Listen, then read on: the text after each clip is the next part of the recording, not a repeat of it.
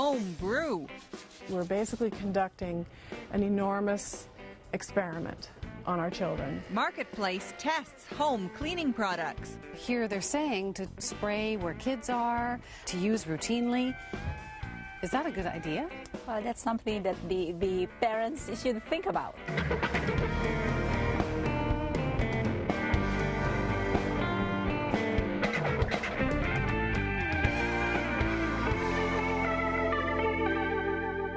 Hi, welcome to Marketplace. I'm Erica Johnson in Vancouver.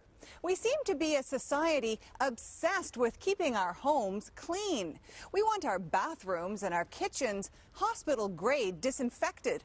Cleaning products promise miracles, faster, easier, better results, less scrubbing. But could it be our clean freak streak is actually harming our kids? Here's Wendy Mesley with the story.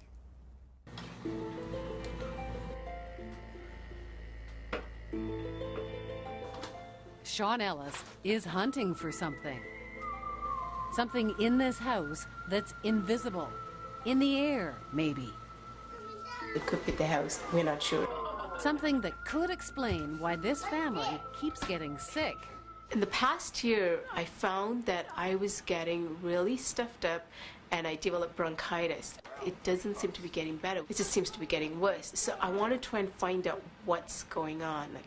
Amanda Saul has severe respiratory problems. 5 weeks ago, she was rushed to the hospital because she couldn't breathe.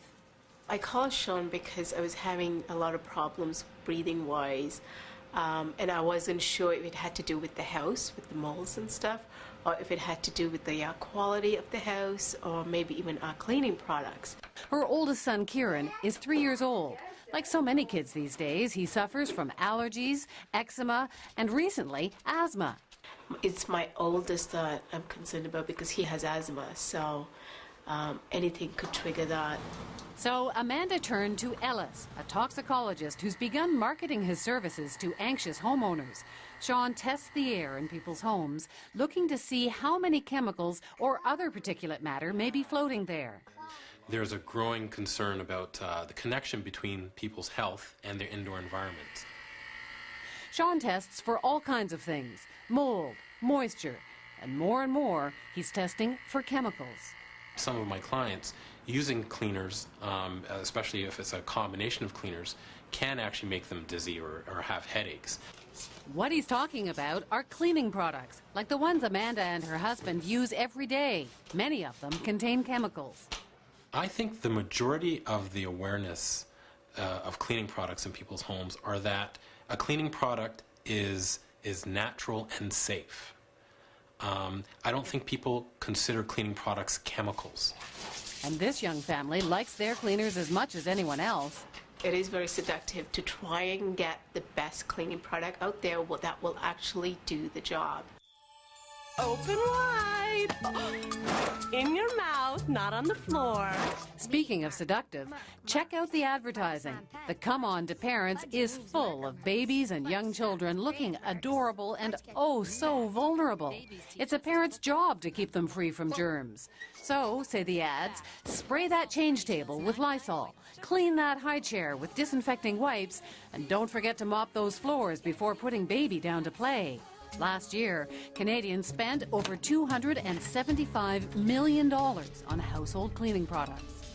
They're appealing to the fear of danger for their children and the desire to keep them safe.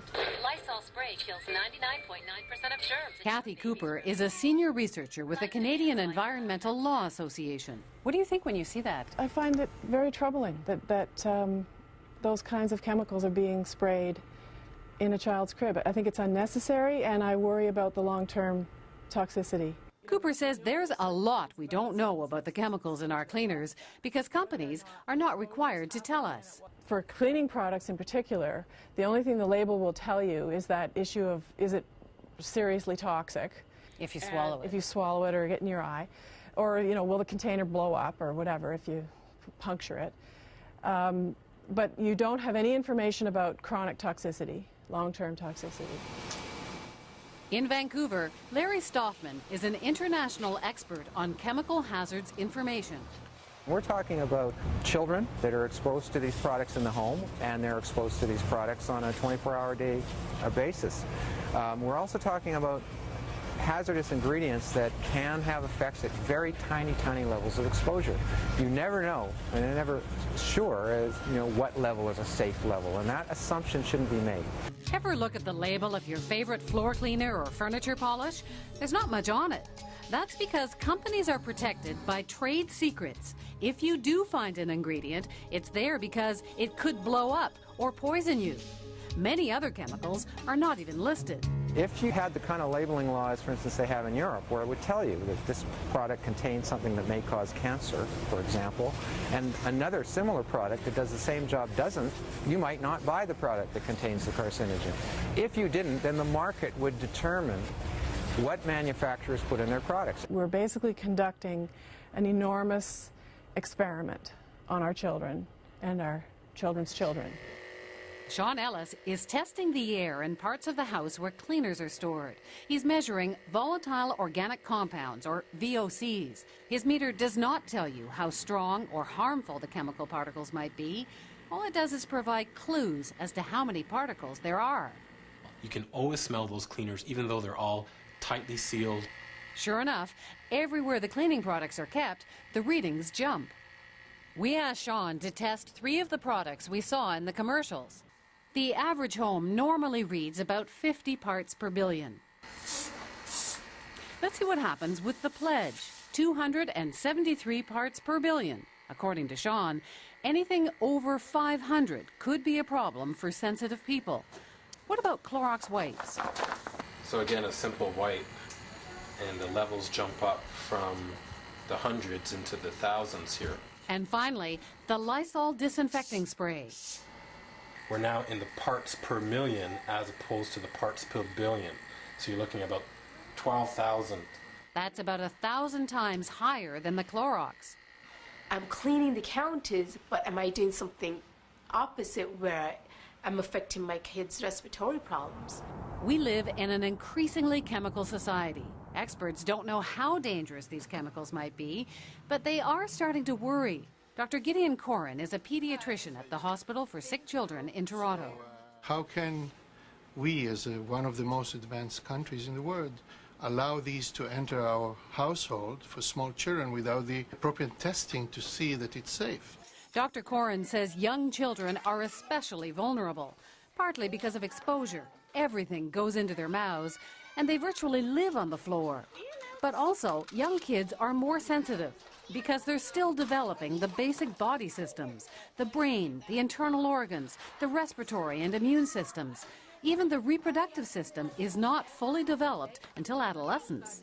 We got a call just last week from a supervisor in a daycare center. They said, well, we've been using some different cleaning chemicals in our daycare, and suddenly not only the staff but the children are complaining of problems, and they wanted to know what was in the cleaning products. There are no resources in this country for people like that to turn to. What is this? Dr. Corin and a researcher are conducting a study. They're looking at the babies of mothers who were exposed to chemical solvents in the workplace. This mother worked in the packaging area of a chemical plant that produces pesticides and fertilizers for commercial use. Baby Jenna is having her vision tested. We don't know her results yet, but research on other kids is in. So you're finding that vision is affected in some of these fetuses, babies. What does that indicate? What does that mean? Well, of course, vision is one of the functions of the human brain. So it means that these chemicals find themselves through mom, through the umbilical cord, into the baby, into the developing brain, and damaging functions there. And the baby is born already with a problem. Jenna's mom was at least warned she was working with toxic chemicals. Manufacturers are obliged to release toxicology data in the workplace. When these same chemicals are used in the home, the exposure is lower, but no one knows what effect they may have, and there's no obligation to inform us. Dr. Corin isn't the only specialist to be increasingly concerned about what living in such a chemical society might be doing to our kids. Respiratory illness is the leading cause of admission to hospital for children. Childhood asthma has jumped 400% over the last 20 years. And after injuries, cancer is now the leading cause of death among children aged 5 to 9. There's increasing evidence of links between those kinds of chronic health effects in children and a certain range of chemicals in our environment. Can you smell? Yeah. So we went to see a chemist, Dr. Virginia Solaris. She's an indoor air quality expert. And we asked her, what's in some of these products being marketed to young families? This is one product we're looking at, Lysol antibacterial action. It does actually list ingredients, ethanol, 79%. And not just any ethanol, says Solaris, it's denatured ethanol. She's put together a book for us full of data sheets which list the hazards of specific chemicals in the workplace. Again, there's nothing like this available on the effect of these chemicals when used in the home. Here's what Solaris discovered about denatured ethanol. May cause irritation of eyes and mucous membranes, may cause central nervous system depression if inhaled or ingested. So, we now know everything that's in the Lysol, do you think? No, there's more? Yep, says Solaris. There's also alkyl dimethyl benzyl ammonium chloride. This is a class of compounds that act as a disinfectant or biocide. Which means it's a pesticide. It's harmful by inhalation, ingestion, and through skin contact. So we've learned that in this can, there are products that can cause skin irritation or irritation to the lung, even neurological implications. And yet here they're saying to, spray where kids are, to use it every day or at least use routinely. Is that a good idea? Well, that's something that the parents should think about. Do they want to spray the air that people are breathing, or the kids, the toys or surfaces that the children are touching? Do they want them sprayed? Okay, now this is Clorox disinfecting wipes. It says to wipe surfaces throughout the house, kitchen, and bathroom. Playpens. It lists two products, dimethylbenzyl ammonium chloride and dimethylethylbenzyl ammonium chloride. Again, like in the Lysol, more pesticides with possible harmful effects. If you find that it has an ingredient which is a chemical, you can't even pronounce it, you don't know what it is, you don't know how it can affect you, I think it's about time you think, should I be using this? Now here is another product. This is Pledge. There's no ingredients listed at all. Again, Dr. Solaris has done her homework. It has silicones and it has butane gas. Like in a lighter? Yes, and propane. Like in the barbecue? Exactly. So what do they do, butane and propane? May be harmful if inhaled. Eye irritant and narcotic, meaning it can affect the brain. And then there's the glass cleaners. What's in them? Some of them have what are called glycol ethers. There's concern over these products because for workers who are exposed occupationally, they've been seeing some reproductive effects, and so in the semiconductor industry, they're being phased out. What about all the laundry detergents and fabric softeners? I think people assume that they're safe. Is there any cause for concern with chemicals in those?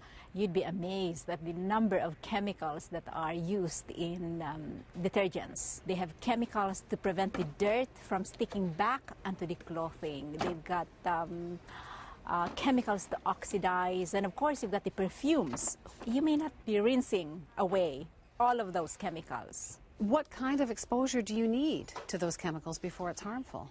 We don't really know. But we know at some level it can be harmful. That's right. They sure know a lot more about chemicals used outside of the home, where workers have to be informed. Workers have a right to know in this country what they're working with, what they're exposed to, what the health hazards are. Stoffman helps run a watchdog group that looks out for the health and safety of workers. There's a labeling system in the workplace that has symbols for both acute and chronic hazards and statements that are supposed to warn you about those hazards. It will disclose whether it contains a carcinogen in it or a reproductive toxin or some other chronic health hazard. Some of these same chemicals are in consumer products. But there's nothing on the label like that for the consumer product. All household cleaners fall under the Hazardous Products Act, which is almost 40 years old. They're also regulated by something called the Consumer Chemicals and Containers Regulations. Labels are required to provide hazard symbols like poison and flammable, and they have to give information about first aid treatments for those ingredients. But there's no requirement to list other chemicals that could cause long-term health effects, and no warnings that say anything like may cause respiratory problems. People assume that if it's on the shelf, it's been tested, it's safe. And you can't make that assumption all the time. You can't. Not with the regulatory framework that we have in place. People make that assumption because they trust the government agencies are actually looking after that. Yeah, and they shouldn't make that assumption with respect to the Hazardous Products Act in particular. That's a federal law that desperately needs to be updated. It only reacts to problems after they've been identified. And when people start getting sick? Sick or dying. I mean, the kinds of regulations that have been put in place have to do with where children's sleepwear has caught fire, or cords have gotten around their necks, or we found or lead in the paint on cribs, or all of those kinds of things. Those regulations were not put in place until after serious and or fatal health problems occurred. There's some lapsus, some gap in the way we think. I would expect my government, my regulatory process, to expect such tests to be done before something is approved to be used where small children are growing. While Dr. Corrin's regulatory process, Health Canada sent us this email where they say the responsibility for assessing the hazards associated with a chemical product is that of the manufacturer or importer. We wanted to ask Health Canada about its role and about some of the concerns raised in this story, but they refused repeated requests for an on-camera interview. The makers of Lysol, Clorox, and Pledge said they were unavailable for an interview, and so did their trade association.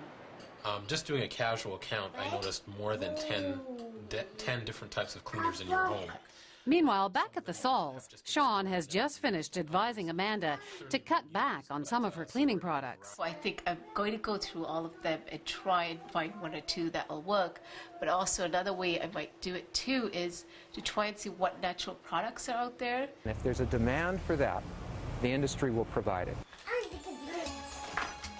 So Amanda Saul has decided to cut down on the chemicals in her home. But she'll have to figure it out on her own. For the time being, at least, the government and manufacturers are under no obligation to help her.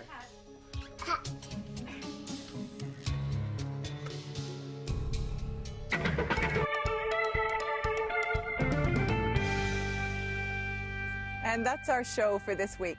For Wendy Mesley and everyone at Marketplace, thanks a lot for joining us. I'm Erica Johnson in Vancouver. See you next week.